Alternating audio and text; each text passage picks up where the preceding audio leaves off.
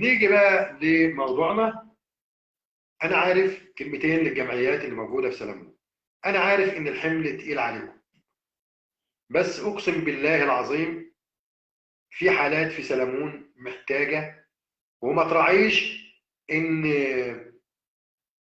ابوها يعني موظف او امها موظفه او ايا كان. انا قلت لكم قبل كده، قبل سابق في هذا البرنامج، الموظف يعتبر من المساكين، والمساكين يجوز عليه الصدقه. وانا برضو ما بحبش كلمه صدقه لاي واحد، لان يعني يحسبهم الجاهل اغنياء من التعفف. في ناس ما بترضاش تطلب المساله، وفي ناس عندها بجاحه في المساله.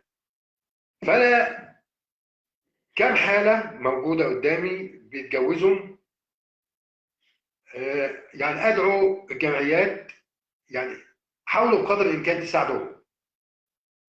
يعني انا كلمت كم جمعيه، ومنهم من استجاب ومنهم من لم يستجب، وكلمت بعض الناس اللي ربنا سبحانه وتعالى يقدرهم على فعل الخير، وهناك من ارسل وهناك من ما زال لسه. فنشيل بعض. انا قلت التكافل الاجتماعي هو الحل في مثل هذه الامور، وسط الغلاء الفاحش اللي بيداهمنا كلنا. مش هنقدر نستر بيوتنا الا بالتكافل الاجتماعي.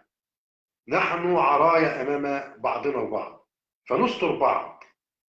لازم نستر بعض، وده شرع ربنا سبحانه وتعالى وكل الاديان. وسيدنا النبي صلى الله عليه وسلم قال كده: المؤمن للمؤمن كالبنيان المرصوص يشد بعضه بعضا. احنا زي البنايه، بتحط القالب على القالب عشان يشدوا بعض ويمسكوا بعض والبنيان ما يتهدش. فخلونا احنا بنيان مرصوص، نشد بعضنا ونقف مع بعض في الازمات اللي ربنا سبحانه وتعالى انعم عليه. يكب على يفرغ على اللي ايه ربنا ما ادالوش، واعتبر ديت صدقه جاريه لك، واعتبر دي زكاه. انا مش عايز اقول لك ان احنا نخرج الزكاه يبقى هو في قبل العيد، اللي هو قبل العيد باسبوع ولا ب 10 ايام، ولا نطلع الزكاه بتاعتنا وكلام من ده. عيد الصغير لا، طلع زكاتك من دلوقتي. ومحدش يقول لي اصل الامام فلان والامام علان يا جماعه، الضروريات، الضرورات تبيح المحظورات. وانا مش عايز اقول محظور وما محظور والكلام الهيف ده كله. اللي انا عايز اقوله، عايزين نسطر الناس دي، نسطر البنات دي، نسطرها، وربنا يجعله في ميزان حسنات الكل. لما نزلت عشان اشوف اشتري الناس وكلام من ده، لا، الدنيا غلا فاحش. انت بتتكلم على بالميت 200,000 جنيه يجيبوا يا دواك. وانا برضو ستات او امهات البنات اللي بتتجهز، ابوس دماغكم، لا تنساق وراء ابنتك. يعني بدل التلاجتين هو تلاجه. ما هي التلاجه ب 18,000 يا جماعه، ده لسه النهارده يعني او امبارح. فيقول لك عايزين ثلاجه وعايزين ديب فريزر وعايزين ثلاجه صغيره وعايزين ثلاجه اوضه النوم وعايزين شاشتين، شاشه مش عارف فين وشاشه اوضه النوم، وعايزين مش عارف غسالتين، غساله فول اوتوماتيك. انت عارفه الفول اوتوماتيك ديت الغسيل بتاعها يا بنت بكام؟ اللي هو الاومو او الاريال بتاعها بكام؟ ما انا سالت عليها، او اللي هي بتاعت حد كلمني، اللي هي بتاعت الاطباق يا ربي، المطبخه بتاعت غسيل الاطباق. هو انت اعزكم الله يعني مشلوله لما هتمسكي الطبقين ولا الصحنين تغسليهم؟ انت يعني خلاص يعني ملعون قوي الفيسبوك اللي علم البنات الخيابه. لا اصل انا عايزه غساله اطباق. غساله اطباق ايه؟ لما رحت اسال انا ما اعرفش حاجه، انا جاهل في الحاجات دي. فالراجل بص لي شظرا كده قال لي: يا استاذ، انت عارف البتاع الصابون بتاعها والقصه دي بكام؟ قلت له بكام؟ قال لي 1200 جنيه. قلت له ها؟ قال لي هي هتجيب 1200. هو جوزها هو شغال ايه عشان تجيب 1200 جنيه؟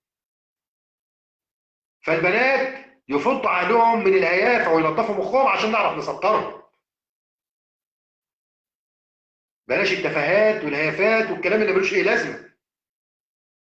ايه؟ ما نجيب غساله نص اوتوماتيك والدنيا هي ماشيه، ونجيب ثلاجه والدنيا هي ماشيه، ونجيب ديب فريزر مفيش مشاكل عشان نحفظ لك الاكل بتاعك مش قضيه، ونجيب شاشه في المطبخ بتاعك، ونجيب لك بقى الاطباق اللي هي بدل ما نجيب الاهم، الاهم فالمهم فالاقل اهميه، وبلاش المهم وبلاش الاقل اهميه، احنا نجيب الاهم في ظل اللي احنا عايشينه ده. فمحدش يشترط يا جماعه، ابوس دماغكم، انتوا ما تعرفوش الواحد وشه اتعرى، وكل ده عشان نسطر بلدنا. فالجمعيات ارجوكم، ارجوكم، انا عارف الحمل تقيل، بس انتوا ايدكم طايله، ايدكم طايله. والشهريات اللي بتعملوها كل شهر لبعض الناس اجلوها لما نسطر البنات اللي بتتجوز لنا. احنا داخلين على الشتاء اهو، هيبقى موسم الركود، ما حدش هيتجوز، يبقى الحمد لله. بس الخمس ست حالات اللي كل شويه تليفون كل شويه تليفون، يعني انا بتكسف اقول للناس لا، وفي نفس الوقت بتكسف اتصل بالناس. فرفقا بنا، فاللي يقدر يعمل على حاجه يعمل حاجه يعملها، ومش حرام، بالعكس. احنا سيدنا النبي وصف ده، والله جواز او سطر البنت افضل من الحج لبيت الله الحرام. ان اسطر بنتي، ما هي دي بنتي برضه، يعني اللي بتتجوز دي ما هي بنتي، مش بنت سين او صاد، ما هي بنتي وبنتك وبنت فلان وبنت فلان. اي واحده مسلمه هي بنتنا، مش بنت حد تاني، فلازم نسطرها، لازم نسطرها. انا بحزن، انا يعني مش عايز اقول لكم الاحساس مرهف شويه بصراحه يعني. فساعات لما بشوف في ناس بيصعبوا عليا، فبحزن جامد عليهم. وفي ناس ما عندهاش دم، تتابعت بعت واحد واثنين وثلاثه، يا ست ارحمي ميتين امنا، خلاص.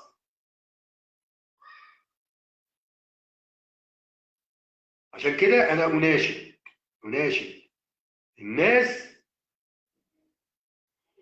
رجال الخير ورجال الاعمال اللي موجودين في سلمون، وانتم مش قليلين على فكره، انتم مش قليلين، انتم مش قليلين.